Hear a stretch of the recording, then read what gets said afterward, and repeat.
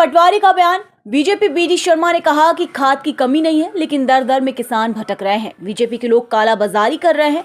खाद की किल्लत का असर है बुधनी में है। बीडी शर्मा बताए खाद कितना और डीएपी कितना आया। खाद की किल्लत एमपी में। नर्सिंग कॉलेज को लेकर कहा कि 200 ही कॉलेज फूल खिले हैं। भाई हमारे आरोप सही हैं। मंत्री पर कार्यवाही क्यों नहीं हुई? सब पर कार्यवाही होनी चाहिए। देश की एकता की बात संविधान भी करता है। बीजेपी सामने से नहीं पीछे से देश को तोड़ने की बात करती है। भारत महान शक्ति है। राजीव ने नारा दिया था कि हमारा देश महान है। वहीं उमंग सिंगार ने कहा कि ऑफर किया उसमें सच्चाई है। रामनिवास गए तो लेन देन हुआ ही होगा। बीजेपी का यही काम है, खरीद फरोख्त करना। निर्मला सप्रे रोज इधर उधर करती हैं, क्यों उनका इस्तीफा नहीं लिया जा रहा है? ऐसा है, नेता प्रतिपक्ष जी एक जिम्मेवार पोस्ट पे है और मुख्यमंत्री के अपोजिट एक तरह से सदन में हमारी बात रखते हैं।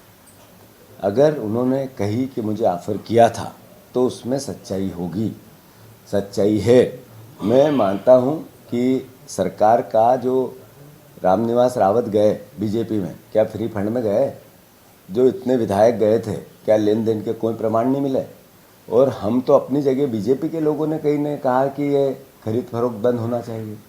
तो मैं मानता हूँ कि ये पब्लिक डोमेन में बात है कि बीजेपी का काम सिर्फ करप्शन करना और विधायकों को खरीद फरोख्त करना और लोकतंत्र की हत्या करना उनके नेचर का हिस्सा। नरेंद्र मोदी के नए भारत का एक सबसे बड़ा एक तरह से उदाहरण है। तो जो नेता प्रतिपक्ष जी ने कहा, सोच समझ के कहा, और जो कहा होगा प्रमाण के जब भी पेश करने होंगे बीडी शर्मा को देंगे। किसने कहा, किसने नहीं कहा। बीडी शर्मा जी अपनी पार्टी का हिसाब ये दे कि आपने इतने विधायकों की दल बदल कराई। एक विधायकों को, वो निर्मला सप्रे, वो आपके मंच पे गई, फिर इधर आई, फिर उधर गई, फिर इधर हुआ, फिर उधर हुआ, तो रोज बयान दे रही है। क्या है ये? खरीद फरोख्त नहीं है तो क्या है? लोकतंत्र की हत्या नहीं है तो क्या है? अगर आप में इतना ही कलेजा था तो उनका इस्तीफा लिखवाना था, स्वीकार करवाना था। हमने स्वीकार करने के लिए शिकायत की, आपकी पार्टी के हैं विधानसभा अध्यक्ष, उनने क्यों अस्वीकार कर दिया? हमें कोर्ट क्यों जाना पड़ रहा है? ये सब सवाल है, पब्लिक समझे।